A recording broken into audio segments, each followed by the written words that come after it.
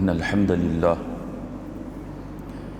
نحمده ونستعينه ونستغفره ونعوذ بالله من شرور أنفسنا ومن سيئات أعمالنا من يهده الله فلا مضل له ومن يضلله فلا هادي له أشهد أن لا إله إلا الله وحده لا شريك له وأشهد أن محمدا عبده ورسوله اللهم صل وسلم على النبي الكريم محمد وعلى آله وأصحابه ومن دعا بدعوته واستنى بسنته إلى يوم الدين. أما بعد.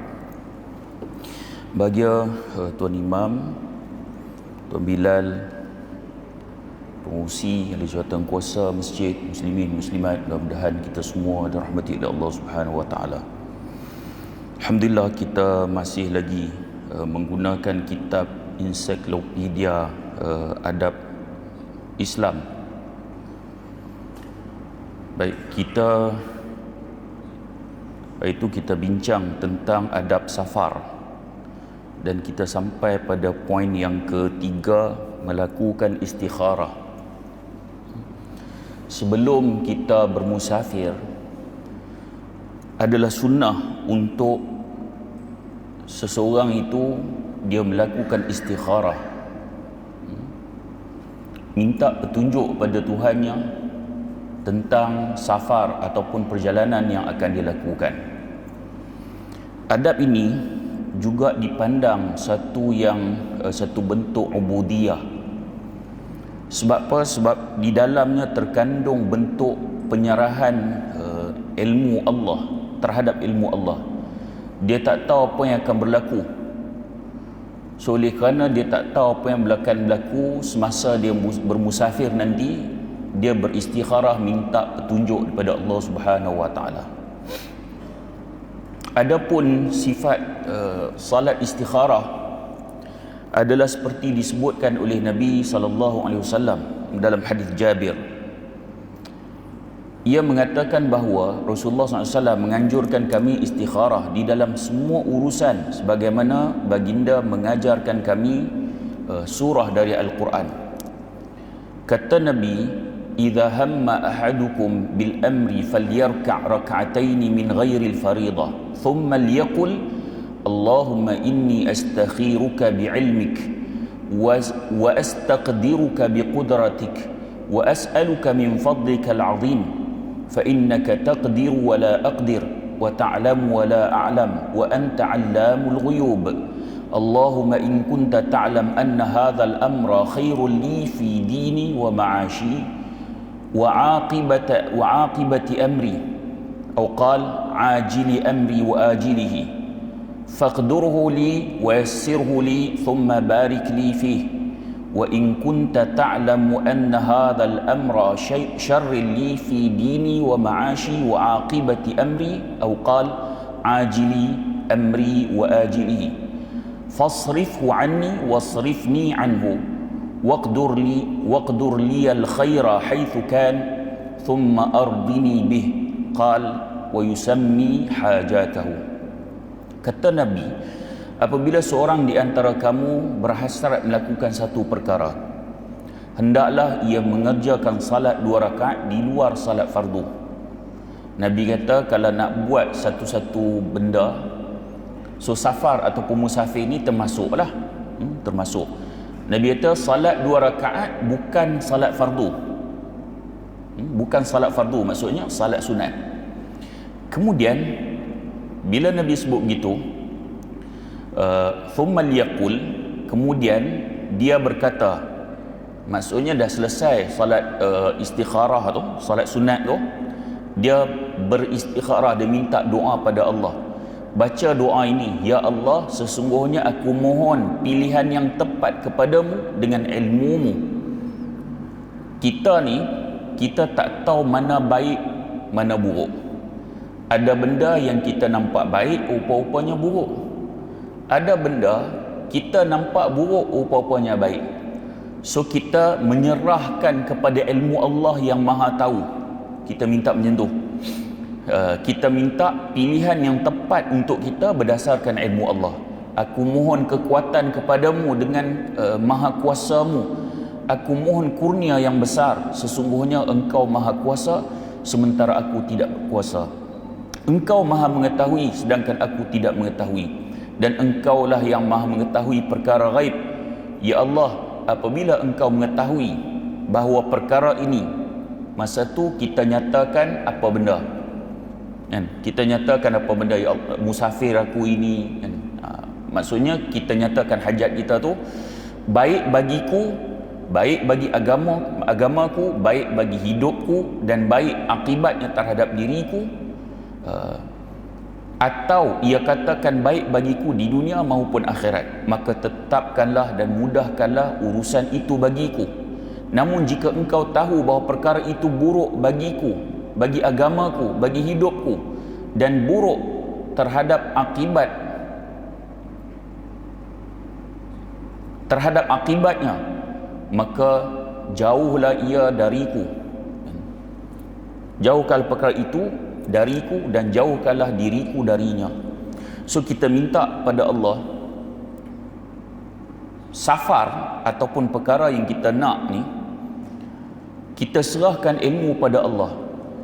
Benda yang kita nak buat ni baik bagi kita ataupun baik bagi agama kita tak? Sebab ada yang kita buat mungkin baik bagi kita, kita rasa, tapi ia tidak baik untuk agama kita. So kita minta pada Allah, baik bagiku, baik bagi agamaku, baik bagi hidupku, baik bagi akibat terhadap diriku. So minta yang tu kepada Allah. Kalau baik semuanya, minta kepada Allah supaya mudahkan urusan itu untuk kita lakukan. Jika sekiranya tidak baik untuk agama, tidak baik untuk diri, tidak baik untuk akibat kepada diri kita, maka kita minta pada Allah supaya jauhkan perkara itu daripada kita. Termasuk bab musafir tadi ni, kita minta pada Allah supaya dijauhkan daripada diri kita. Hadis hadis Bukhari. Baik, bila kita salat 2 rakaat, kita beristikharah, kita minta doa pada Allah yang tu. Salat istikharah ni, ada orang dia nampak bahawa istikharah ni kira mesti nampak kok mimpi. Yang tu kesilapan. Istikharah tak semesti melalui mimpi. Dia tahu saya dah istikharah dah berbelah kali ada tau, tak mimpi-mimpi. Yang terutama geng-geng nak menikah. Dia kalau boleh dia istikharah, dia nampak mimpi perempuan tu. Muka perempuan tu keluar, bahawa ni jadi ni istikharah. Tak semestinya. Sama juga dalam hal safar, musafir ni, kita salat 2 rakaat minta pada Allah, tidak semestinya ia datang melalui mimpi. Itu kena clear dulu. Boleh jadi bila dia istikharah, Allah permudahkan urusan dia. Kalau benda tu baik, kan kita dah minta, kalau baik untuk kita, baik untuk agama kita, maka permudahkan urusan. Kadang-kadang Allah bagi bukan dalam bentuk mimpi, Allah bagi urusan tu dipermudahkan, mudah je. Maka itu boleh jadi petunjuk bahawa apa yang kita minta dalam istikharah itu Allah perkenankan. Kadang-kadang kalau benda tu tak baik untuk kita, sebab kita dah minta doa, ya Allah, kalau tak baik untuk aku, tak baik untuk agama aku, tak baik untuk dunia dan akhirat aku, tak baik untuk akibat kepada diriku, kita dah minta macam tu. Kalau tak baik, boleh jadi bukan Allah datang melalui mimpi, orang tu mari bertanduk ke supaya kita jauhi, tak semestinya. Kadang-kadang Allah jadikan benda tu jadi susah je, kita nak usaha macam-macam halangan. Boleh jadi halangan itu kerana doa kita minta dalam istikharah tu. Baik. Kemudian seterusnya bermusyawarah.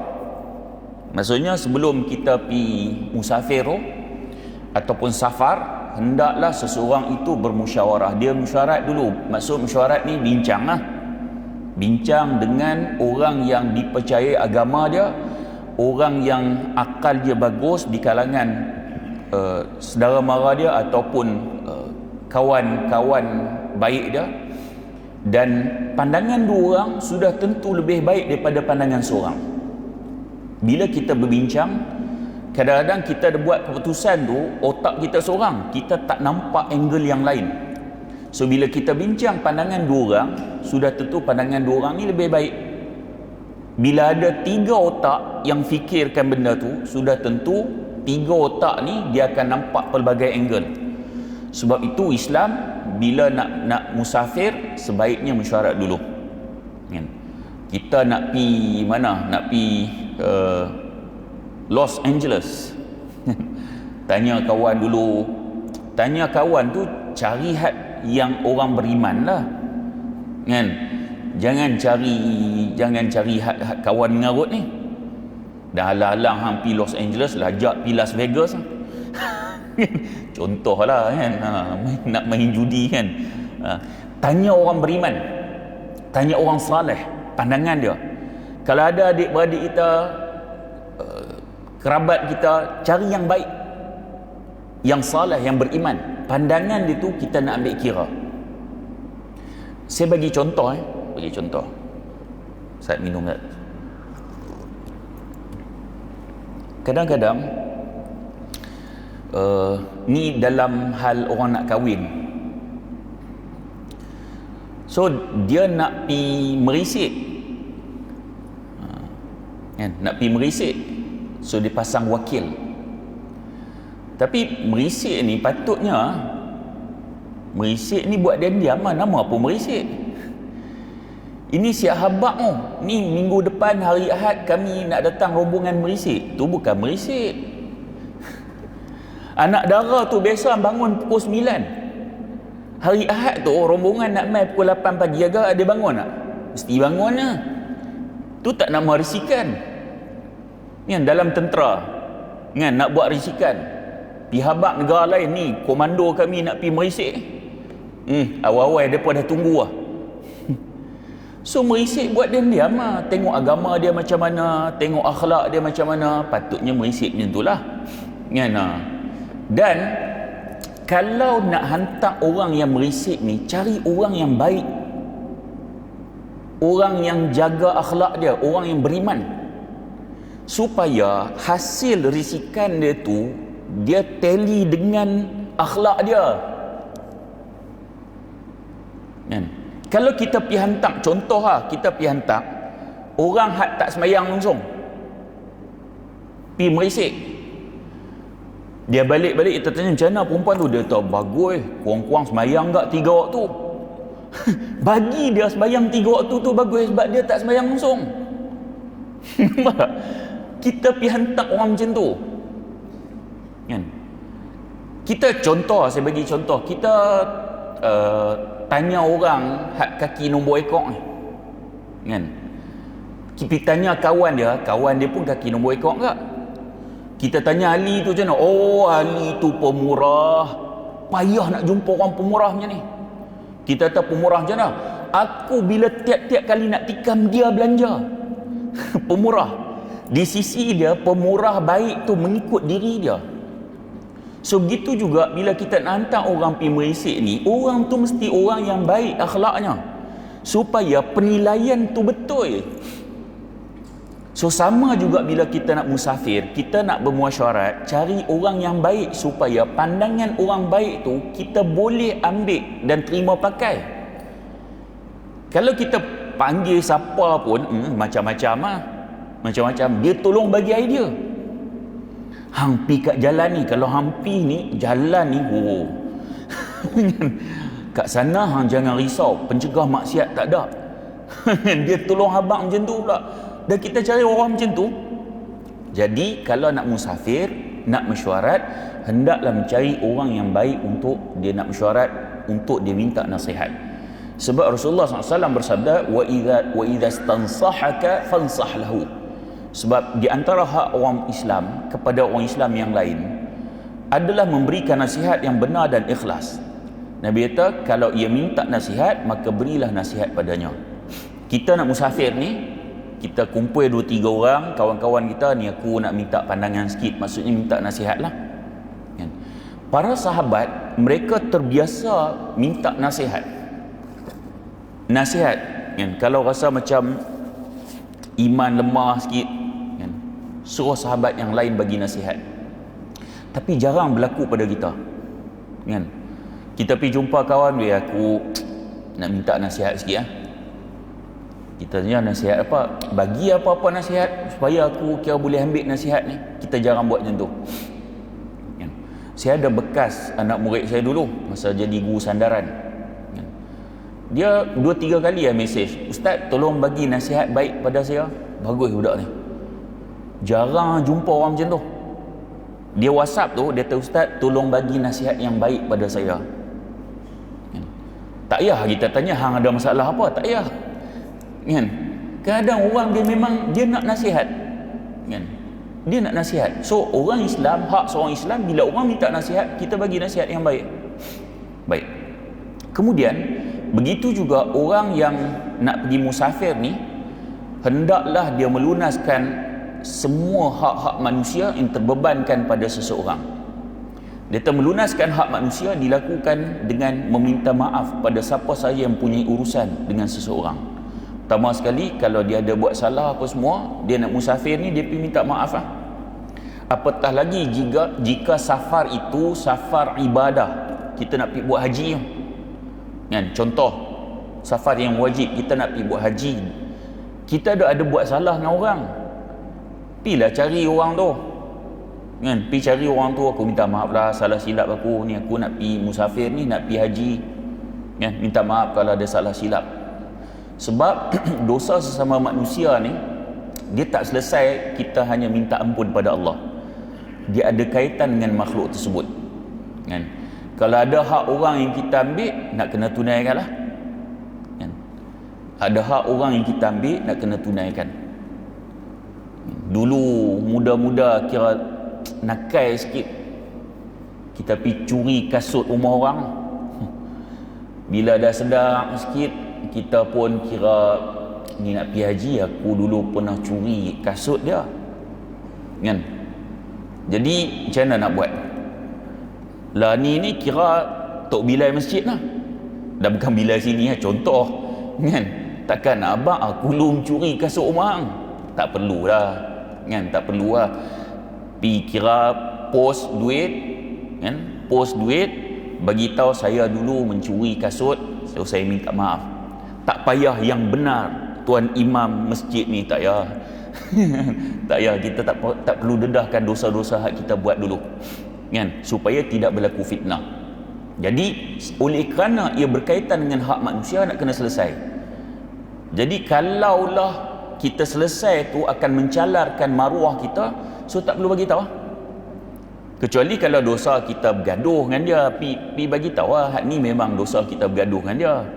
Kalau dosa-dosa mengakibatkan maruah kita jatuh, umpamanya pernah mencuri dulu masa zaman nakal dulu, maka yang tu tak perlu bagi tahu, tak apa, janji kita tunaikan hak yang telah kita ambil pada dia. Baik, ataupun hutang. Sebelum dia berangkat safar, dia berhutang, nak kena bayar. Adapun hutang-hutang, pertama sekali hutang ni, dia ada hutang yang contoh hutang loan kereta, loan rumah, hutang dengan bank ataupun hutang kerajaan, yang tu memang potong gaji tiap-tiap bulan, yang tu tak apa. Yang tu tak apa. Yang ni hutang yang contoh antara kita dengan orang, dan orang suruh bayar waktu tertentu. Dia bagi tempoh 3 bulan, kita tak dan 3 bulan tu tengok pergi umrah. Dia kata pergi umrah boleh, hutang aku kira lihat nak bayar. Lepas tu balik bagi alasan, kata tak ada duit lah, pergi umrah lah. Dah lah pergi umrah, dia bawa balik lagi banyak kurma pada orang lain tu. Beli kurma, orang duk tawaf sunat, dia duk tawaf pi beli belah. Saya duk bawa juga jemaah umrah ni. Saya duk bawa juga jemaah umrah. Masyarakat Melayu ni dia memang dia suka membeli. Jadi kita nak halang pun tak boleh juga, ada beberapa sebab lah. Sampai orang sana kira antara bahasa favourite tu bahasa Melayu lah. antara bahasa favourite. Kita duk ngaji bahasa Arab kat Perlis ni, kat kelas ni, baru tahu ana hantar. Kita baru ana, dia dah cakap Melayu lah. Cuma dia tak cakap Perlis lah. Tak kira Arab ke, orang Bangladesh ke, kat sana boleh cakap Melayu. Tak dan baru nak ana, dia dah bawa keluar bahasa Melayu. Tak dan lah. Sebab memang kuasa membeli orang kita tu besar. Sebab orang kita ni kadang-kadang bila dia nak pergi umrah, mari macam-macam, nak pergi haji ke apa, sekampung mai duk hantar. Tuan-tuan pergi Bayan lepas, hak nak pergi tu taklah ramai sangat, hak pergi hantar. Satu bas mai dia nak pergi seorang. Tu kalau ada 1000 orang, hak semua buat panggil macam tu, semua tak penuh. Semua tak penuh. Jadi dia duk fikir, satu bas hantar aku paling tidak pun kira mau beli kat lah apa-apa bagi. Ni duk teringat Pak Long, Mak Ndak, jiran sebelah, meh salam kaut pula. Takkan tak bagi sesuatu. Dia budaya masyarakat kita. Jadi kita pun bila duk bawa jemaah ni, kita tahu benda tu. Cuma kita pesan, nak beli tu tak apa, tapi jangan sampai mengabaikan ibadah. Ataupun jangan ganggu prime time. Jangan ganggu prime time ni. Contoh antara maghrib dengan isyak. Antara maghrib dengan isyak. Sebab menunggu antara salat ke salat yang lain, itu ada pahala yang besar. Bahkan dalam hadis yang sahih, Nabi sebut malaikat mendoakan keampunan untuknya. Hak kita duduk dalam ni, duduk dengar kuliah ni, malaikat duduk minta keampunan untuk kita. Bukan dengar saja ni, bukan duduk saja. Malaikat tolong minta ampun, ya Allah, ampunkan orang ni, ampunkan orang ni. Sepanjang kita duduk dalam masjid ni, tunggu antara maghrib dengan isyak. Jadi saya letakkan antara maghrib dengan isyak ni prime time sebab apa? Nak ambil tunggu salat dengan salat yang lain, hak ni yang paling singkat sekali. Kita nak tunggu solat antara subuh sampai zuhur, menerap terus kat Masjidil Haram tu. Tak larat ni tau. Jadi antara yang paling sesuai adalah maghrib dan isyak. Jadi waktu-waktu macam tu saya sebut jangan ganggu lah. Tak payahlah nak beli ke apa ke, yang tu tak payah. Kita cari masa lain. Cari masa lain. Baik. Jadi kalau kita berhutang, hendaklah kita bayar, usaha untuk bayar. Ataupun kita minta keizinan pada orang yang hutang tu. Kata, saya ni bukan tak mau bayar hutang, tapi nak minta izin lah. Nak minta izin. Boleh tak saya nak pergi umrah? Dia kata tak boleh, nak bayar hutang tu. Kena bayar hutang. Sebab hutang tu wajib bayar. Sebab kalau sudah ada perjanjian, dia bagi tempoh, mesti bayar. Sebab dia berkaitan dengan hak manusia. Orang yang bagi hutang tu boleh jadi dia nak guna duit waktu tertentu. Oleh kerana member ni minta, tak apalah bagi, tapi aku lepas 3 bulan ni memang aku nak guna. Isteri aku nak bersalin, aku memang nak guna duit. Jadi bila ada perjanjian begitu, dia kena wajib bayar. Tetapi kalau orang yang berhutang tu kita tahu dia ni memang pemurah, dia okey, kita pergi minta izin, dia kata tak apalah, hang pilah umrah, balik dia hang bayar sikit-sikit. Kalau macam tu tak apa. Tapi kalau kita ada hutang yang mampu kita nak bayar, kita kena bayar. Takut nanti musafir mati pula, kita terkandas hutang-hutang kita dengan orang. Baik. Kalau kita tak mampu nak mengembalikan sendiri, ataupun amanah-amanah yang telah diserahkan pada kita, hendaklah kita serahkan pada orang. Sebab ada orang mungkin orang simpan amanah di rumah dia, so sebelum dia musafir, dia kena serahkan. Kalau dia tak mampu serahkan sendiri, hendaklah diserahkan kepada orang yang mampu untuk menunaikan amanah tu. Sebab Nabi SAW sebelum Nabi hijrah, Nabi tugaskan Sayyidina Ali untuk mengembalikan amanah-amanah yang ada pada Nabi kepada pemilik dia yang ada pada Nabi. Sebab masyarakat Arab Nabi sebelum Nabi dilantik menjadi Rasul lagi, Nabi digelar sebagai Al-Amin, orang yang paling amanah. Jadi masyarakat Arab, mereka simpan benda ni, simpan kat rumah Nabi Muhammad, simpan rumah Rasulullah, tak simpan rumah Abu Lahab. Dia tahu memang kira kena kebas kan? Dia percaya pada Rasulullah. Jadi Rasulullah sebelum berhijrah, Rasulullah telah tugaskan Sayyidina Ali untuk menyerahkan simpanan-simpanan ataupun amanah yang telah diberikan kepada baginda. Baik. Kemudian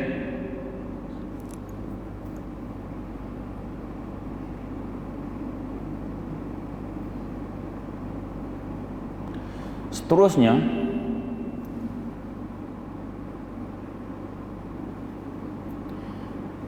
wanita tidak bersafar kecuali disertai mahramnya. Cuma ini dalam kitab ni ya.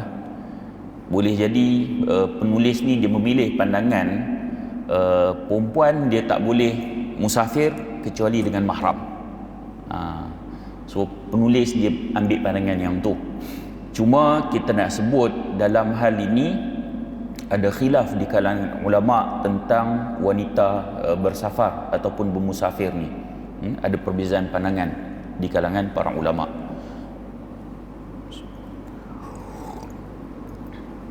Pandangan yang pertama, sebahagian ulama menyatakan memang wanita haram bermusafir tanpa mahram. Ini pandangan pertama. Dan hadis mereka berdalilkan hadis yang sahih tentang larangan wanita bermusafir. Nabi SAW bersabda, la tusafirul mar'ah illa ma'a dhi mahram wa la yadkhulu 'alayha rajulun illa wa ma'aha mahram. Faqala rajulun ya Rasulullah inni uridu an akhruj fi jayshi kadha wa kadha wa imra'ati turidul hajja faqala khruj ma'aha. Nabi kata jangan seorang wanita bermusafir melainkan bersama dengan mahramnya, bersama dengan mahramnya, dan jangan bersendirian seorang lelaki dengan wanita melainkan bersama wanita itu mahramnya. Tiba-tiba seorang lelaki bertanya, wahai Rasulullah, sungguhnya aku akan keluar untuk berperang dan isteriku pula hendak pergi menunaikan haji. Yang ni keluar berperang ni, ini yang perang ataupun jihad yang fardu kifayah ni, bukan fardu ain. Kalau musuh dah serang tempat dia, yang tu masa tu tak ada perlu keizinan, melainkan setiap orang lelaki yang berkemampuan wajib untuk berjihad. Baik. Kemudian dia kata sungguhnya aku akan keluar berperang dan isteriku nak pergi menunaikan haji. Lalu Rasulullah kata, pergilah kamu bersama isterimu, yakni menunaikan haji. Hadis muttafaqun alaih. Dalam hadis yang lain, hadis riwayat Bukhari dan Muslim, riwayat Bukhari dan Muslim, Nabi SAW bersabda, la yahillu limra'atin tu'minu billahi wal yawmil akhir an tusafiru safaran yakunu 3 ayyam fasa'idan illa wa ma'aha abuha aw akhuha aw zawjuha aw ibnuha aw dhu mahramin minhu. Tidak halal bagi perempuan yang beriman dengan Allah dan hari akhirat untuk keluar 3 hari ke atas melainkan bersama-samanya bapanya atau saudara kandungnya, saudara kandung lakinya atau suaminya atau anak lakinya atau mana-mana mahramnya. Dalam riwayat lain ada sebut juga 1 malam dan 2 malam. So dua-dua hadis ni menunjukkan larangan. Rasulullah melarang wanita safar ataupun bermusafir tanpa mahram. Larang. Dua hadis ni. Namun ada juga pandangan yang lain. Sebahagian ulama menyatakan bahawa wanita boleh bermusafir tanpa mahram dengan syarat-syarat tertentu. So ada pandangan yang lain. Contohnya, kalau terjamin keselamatan dan tak ada fitnah kepada perempuan tersebut sepanjang perjalanan, maka dia dibenarkan. Itu pun perjalanan itu adalah perjalanan yang perlu, bukan saja-saja. Maknanya pandangan yang menyatakan wanita boleh musafir tanpa mahram, walaupun telah menyatakan syaratnya mestilah aman, tak ada fitnah terhadap wanita tu, mereka yang memilih pandangan ini, mereka menyatakan hendaklah perjalanan itu perjalanan dengan tujuan yang perlu. Contohnya nak pergi belajar, nak pergi belajar, anak kita nak pergi belajar ke Mesir, perempuan, kira tak ada orang mahram nak pergi hantar, perjalanan tu perlu. Dan sepanjang perjalanan dia bukan macam zaman dulu kan, naik unta pergi tengah jalan orang rompak pula. Zaman sekarang ni dia ada undang-undang, naik kapal terbang selamat, pergi sampai airport sana ada student sana pula mai sambut ambil, so terjamin keselamatan dan jauh pada fitnah, maka dibenarkan. Maksudnya perjalanan ni ada tujuan yang perlu, tujuan untuk kerja kan? Bukan tanpa tujuan kan? Maksud tanpa tujuan ni saja duk pergi melancong merata kan? Kadang-kadang kita tengok ada perempuan yang backpackers tu, berani pergi negara bukan Islam tu, tapi kadang negara orang bukan Islam ni lagi selamat pada negara orang Islam ni, sebahagiannya. Tapi apa pun, kira pergi melancong macam tu, kira perempuan tanpa mahram itu kira masuk dalam bukan tujuan yang perlu. Kalau ada anak-anak dara kita kena nasihat, jangan. Kalau tujuan itu perlu, ada patuhi syarat dia, okey. Nak pergi kerja, nak pergi belajar, itu okey. Itu okey. So pandangan ini juga dipilih oleh Majlis Fatwa Al-Azhar, juga mengambil pandangan ini. Dan pandangan ini juga pandangan yang disokong oleh Dr. Yusuf Al-Qaradawi, juga mengambil pandangan ni kan. Dr. Yusuf Al-Qaradawi sebut tentang zaman sekarang ni dia tak macam zaman dulu kan. Zaman dulu ni kira kalau tak ada mahram nanti susah di perjalanan kan. Kalau daripada 90 km umpamanya naik unta lama kan, lama. Zaman sekarang sat je, R&R pun ada, nak makan, nak berehat semua ada. Jadi tak sama dengan zaman dulu. Dan perjalanan sekarang pun perjalanan yang aman kan? Yang aman. Maka kalau kita rasa ada jaminan itu, maka boleh kalau dalam mazhab Syafi'i pula, membolehkan wanita itu safar ataupun bermusafir jika ada beberapa orang wanita yang boleh dipercayai. Maksudnya sekumpulan wanita bermusafir, maka boleh dalam mazhab Syafi'i. Para ulama yang membenarkan wanita safar dengan bersyarat tu, mereka mengambil satu hadis Bukhari diriwayatkan oleh Adi bin Hatim, fa in talat bika hayatun la tarayna adh-dha'inata tartahilu min al-hirata hatta tatufa bil Ka'bah la takhafu ahadan illa Allah. Kata Nabi, jika kamu umur panjang, Nabi kata nescaya kamu akan melihat wanita berjalan bersendirian dari Hirah. Hirah ni satu kawasan di Iraq, hingga melakukan tawaf di Kaabah. Dia tidak takut sesuatu pun melainkan Allah. Nabi kata kalau kamu umur panjang nanti, kamu akan tengok wanita, dia akan berjalan daripada Iraq sampai nak pergi tawaf di Kaabah tanpa ada rasa takut. Wallahu ta'ala alam. Sekarang mungkin inilah zaman dia kan. Kau daripada contohnya daripada mana-mana negara naik flight nak pergi umrah, si ada syarikat pula kan bawa kan. Walaupun tidak ada mahram, maka ketakutan itu sudah tidak ada. Hatta kalau anak kita nak pergi belajar pun, kita tak risau pergi luar negara tu, kita dah tahu dah ada jaminan. Ada jaminan, tak macam zaman dulu. Tak macam zaman dulu. Baik.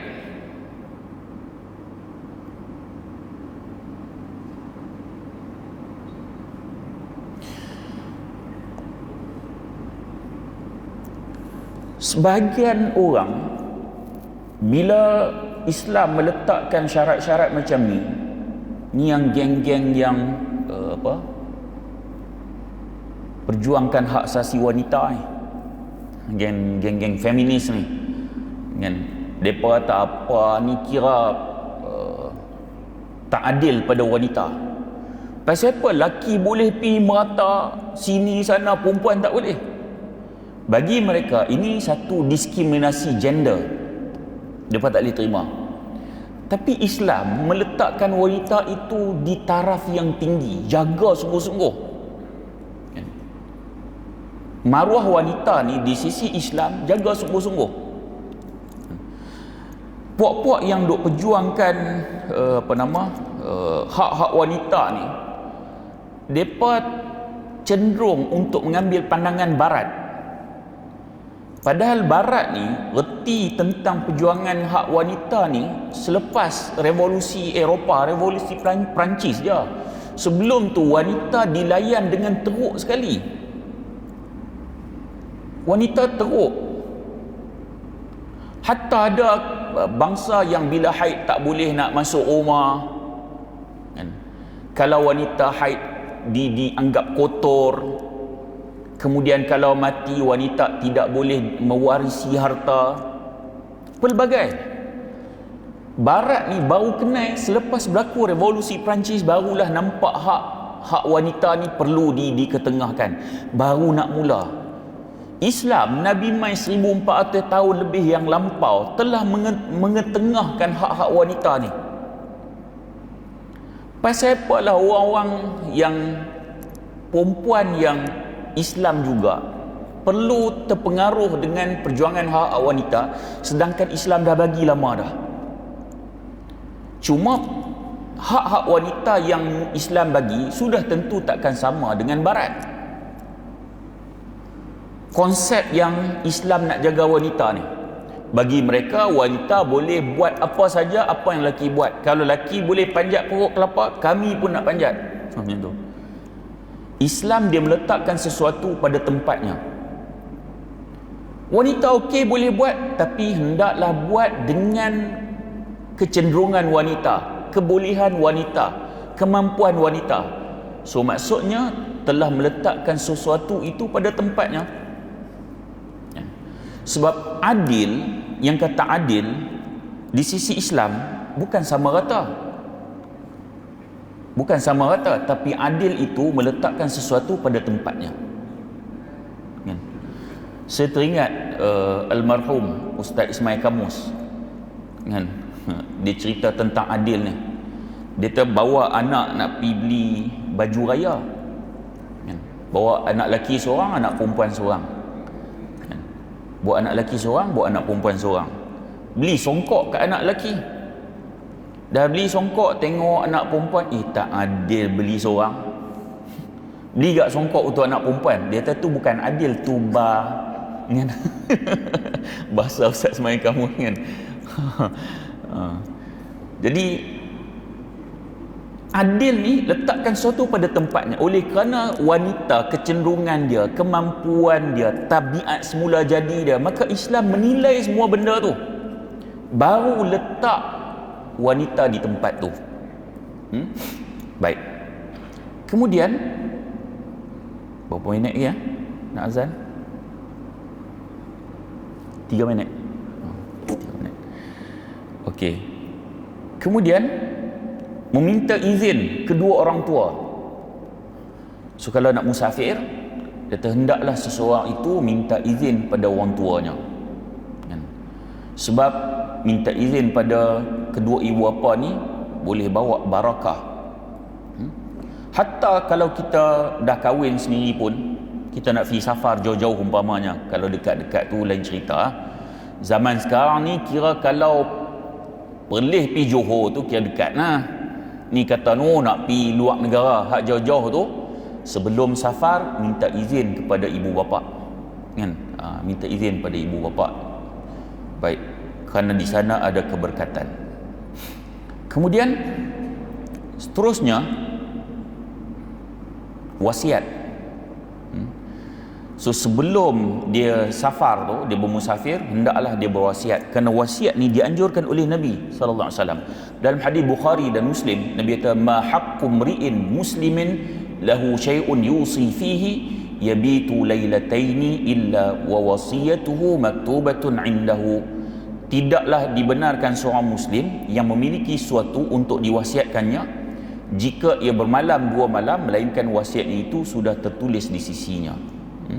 So dia kata, jika demikian keadaannya pada saat bermukim, maka wasiat lebih ditekankan pada saat bersafar.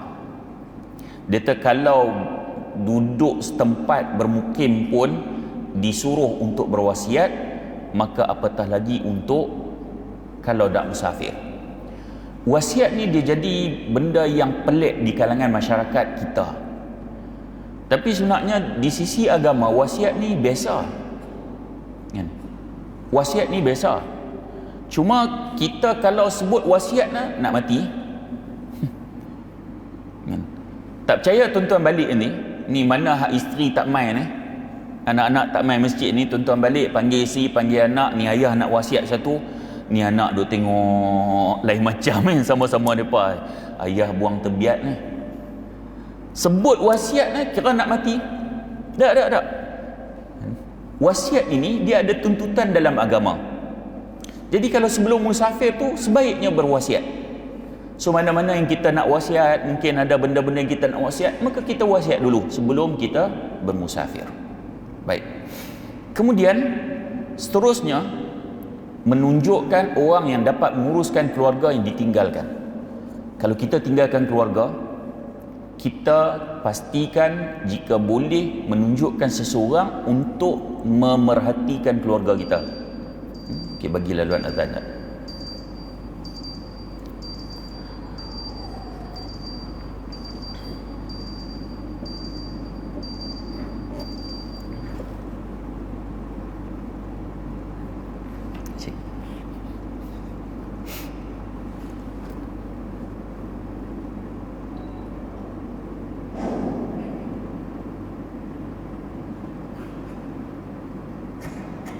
Allah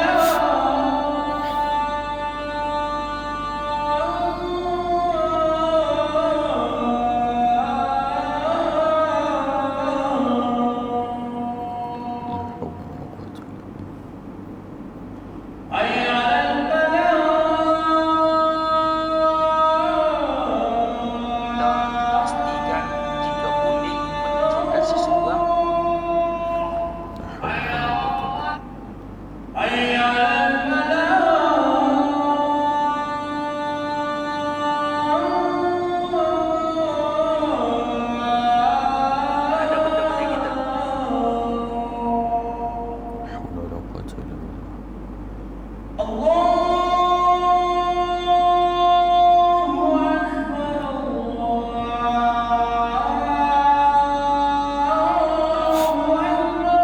Allahu akbar.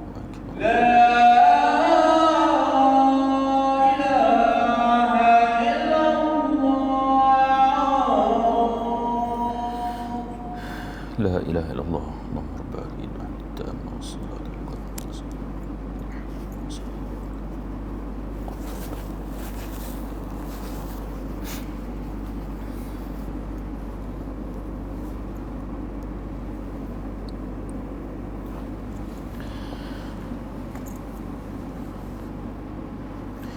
Baik, tersambung lagi. Antara adab dalam musafir ni, hendaklah orang yang nak bermusafir tu dia menunjukkan seseorang untuk mengawasi ataupun menguruskan keluarga dia. Kalau ada saudara mara, adik-beradik, mungkin jiran. Yang ni dia sudut adab, sudut adab. Namun dalam masyarakat kita ramai yang kita lalaikan adab ni. Kalau tak ada dekat-dekat adik-beradik tu, mungkin boleh kita kata jiran lah, tolong-tolong tengok anak saya ke apa ke. So ini adab sebagai kalau nak musafir. Kemudian gitu juga, antara adab nak musafir ni adalah meninggalkan nafkah untuk keluarga yang ditinggalkan. Jangan sampai kalau kita musafir, keluarga kita duk minta-minta kat orang. Sebab ada orang dia rasa tak apa ni, kira tawakal lah. So konsep tawakal tu kena bagi betul ya. Kena bagi betul. Bukan macam Nabi Ibrahim letak apa Siti Hajar dengan Ismail di padang pasir tu, itu perintah Allah. Itu perintah Allah. Kan Hajar berulang kali tanya Nabi Ibrahim alaihissalam, yang adakah ini perintah Allah? Lalu Nabi Ibrahim kata ya. So kalau itu perintah Allah, Allah takkan tinggalkan kami. Betul, Nabi Ibrahim akan tinggalkan, tapi Allah takkan tinggalkan, kerana itu perintah Allah. Adapun kita yang nak pergi musafir ni, anak isteri kita tu nak kena tinggal keperluan yang cukup, supaya mereka tidak meminta-minta. Jangan lagi buat dalam Facebook pula dengan mohon sumbangan siapa-siapa kan. Ingat suami dia kira miskin ataupun mati, rupa-rupanya suami musafir. Baik.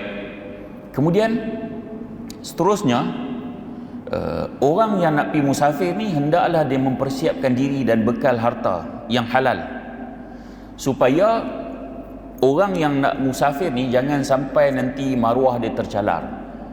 Nak pergi musafir tapi duit tak ada, sampai tengah jalan duk pergi cari masjid, minta pula. Kalau yang duit hilang tengah jalan tu lain cerita. Ini dia saja pi, dia kira tak mencukupkan bekalan dia gagah pi juga. Takut nanti maruah dia tercalar, terpaksa meminta-minta. Islam dia tak mau yang tu. Tak mau, maruah kena jaga. Sebab tu para ulama mengambil dalil yang hadis yang musafir yang Nabi sebut, zakara rajula yutilu safar. Ada seorang lelaki yang panjang safarnya. Panjang maksudnya perjalanan dia. Ash'atha aghbar, rambut dia kusut masai. Rambut dia kusut masai dan berdebu. Sebab petunjuk orang jauh, musafir jauh dulu, dia rambut kusut masai, baju berdebu, sebab dulu tak ada R&R. Kemudian naik unta, naik kuda, kemudian padang pasir pula. Jadi itu petunjuknya lah kalau seseorang tu dia berjalan jauh. Lalu lelaki ni dia mengangkat kedua tangannya ke langit dan mengatakan, ya Rab, ya Rab. Dia ni musafir jauh, Nabi kata. Para ulama bincang hadis ni. Musafir ni doa dia makbul. Doa dia makbul. Sudahlah doa dia makbul, dia mengangkat tangan. Kemudian dia menyebut nama Allah. Kan Nabi sebut walillahil asmaul husna fad'uhu biha. Dan pada Allah itu ada nama-nama Tuhan yang baik, maka berdoalah dengan menggunakan nama-nama Allah itu. Kita orang Melayu ni, kita doa, kita jarang guna nama-nama Allah tu. Contoh kalau kita nak minta rezeki, apa nama yang paling sesuai untuk kita panggil? Ya Razzaq, wahai Tuhan yang memberi rezeki, kurniakanlah rezeki yang halal untuk aku, ya Razzaq. Kalau kita nak minta Allah kesian kat kita, kita sebut apa? Ya Rahman, Ya Rahim, ataupun Ya Latif pun boleh. Nama-nama yang sesuai untuk kita minta Allah kesian kat kita. Jangan Ya Qahar, Ya Jabbar, Ya Muntaqim, kesian kat aku. Tak sesuai lah. Tak sesuai. Ya Muntaqim, wahai Tuhan yang maha membalas, kesian kat aku. Agak tidak sesuai. Walaupun mungkin ada tafsiran yang lain, tapi nak minta nama Allah yang mengasihani tu untuk kita sertakan dalam doa. Jadi lelaki ni dia sebut Ya Rabb, wahai Tuhan, wahai Tuhan. Nabi tahu wa mat'amuhu haram, makanan dia haram, wa mashrabuhu haram, minuman dia haram, wa malbasuhu haram, pakaian dia daripada yang haram, wa ghudhiya bil haram, dia ambil benda-benda ni daripada benda yang haram. Fa anna yustajabu lidzalik, macam mana nak makbul doa dia? Kan? Jadi seorang musafir ni dia perlu bekal yang dapat memperkuatkan hubungan dia dengan Allah, supaya nanti jangan di pertengahan jalan dia hilang bekal dia ataupun kehabisan bekal dia, akhirnya dia putus asa dengan rahmat Allah. Bahkan lebih teruk lagi apabila dia menggadaikan maruah dia meminta-minta pada manusia. Baik, sikit lagi. Bagi orang yang ada lebih pada seorang isteri, maka mengundi dilakukan. Dia kena mengundi kalau lebih pada seorang isteri. Siapa yang keluar undi dia, maka isteri itu akan dibawa. Sebab menjadi kebiasaan Nabi, Nabi kalau nak bermusafir, terutamanya musafir yang panjang, Nabi akan mengundi di kalangan para isteri. So nama siapa naik, maka dia kena pergi. Yang lain tak boleh kecil hati, sebab keputusan itu adalah keputusan undi. Wallahu ta'ala alam. Kalau kita tengok perincian kepada undi ni, so ada pandangan di kalangan ulama. Kalau mazhab Syafi'i, tiap-tiap suami hendak bermusafir atau mengadakan perjalanan sama ada jauh atau dekat, bolehlah dia membawa mana-mana isterinya dengan cara undi, walaupun undi itu terkena kepada yang bukan dalam gilirannya. Patutnya giliran orang lain bila mengundi nak musafir ni, dia dapat pada isteri yang bukan giliran dia, isteri yang bukan giliran dia ikut. Ini pandangan dalam mazhab Syafi'i. Jika dia membawa seorang daripada isterinya tanpa buat undi, dia berdosa. Pandangan dalam mazhab Syafi'i. Dalilnya dia ambil hadis riwayat Aisyah qalat kana Rasulullah sallallahu alaihi wasallam idza arada safaran afrigh baina nisa'ihi faman kharaja sahmuha kharajun biha. Kata Aisyah, apabila Rasulullah hendak musafir lalu diundi antara isteri-isterinya, dan siapa yang terkena undi dialah yang dibawa bersamanya. Ada pandangan yang lain dalam mazhab Hanafi. Ada pandangan yang lain dalam mazhab Hanafi. Saya lebih cenderung pada pandangan yang dalam mazhab Hanafi ni. Saya pula kira poligami kan. Kira lebih cenderung pada pandangan ni. Dalam mazhab Hanafi, dia kata suami ni berhak memilih mana-mana yang akan musafir bersamanya. Suami dia berhak, kerana suamilah yang dapat menjangka akan kesukaran musafir tu. Suami yang tahu dia nak pergi musafir panjang, kesukaran musafir tu suami yang tahu. Dan lebih afdalnya hendaklah diundi di antara mereka itu, dan hanya isteri yang terkena undi yang dibawa.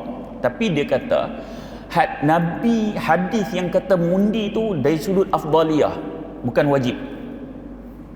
Yang hadis riwayat Aisyah tu kata mengundi tu di sisi mazhab Hanafi dia kata yang tu bukan wajib, yang tu afdaliyah, lebih baik. Cuma logik golongan Hanafiyah ni, dia mentafsirkan undian yang tersebut dalam hadis tersebut sebagai sunat sahaja, yakni untuk mengawal perasaan mereka itu. Dan mutlak perbuatan di sini tidak semestinya bermakna wajib.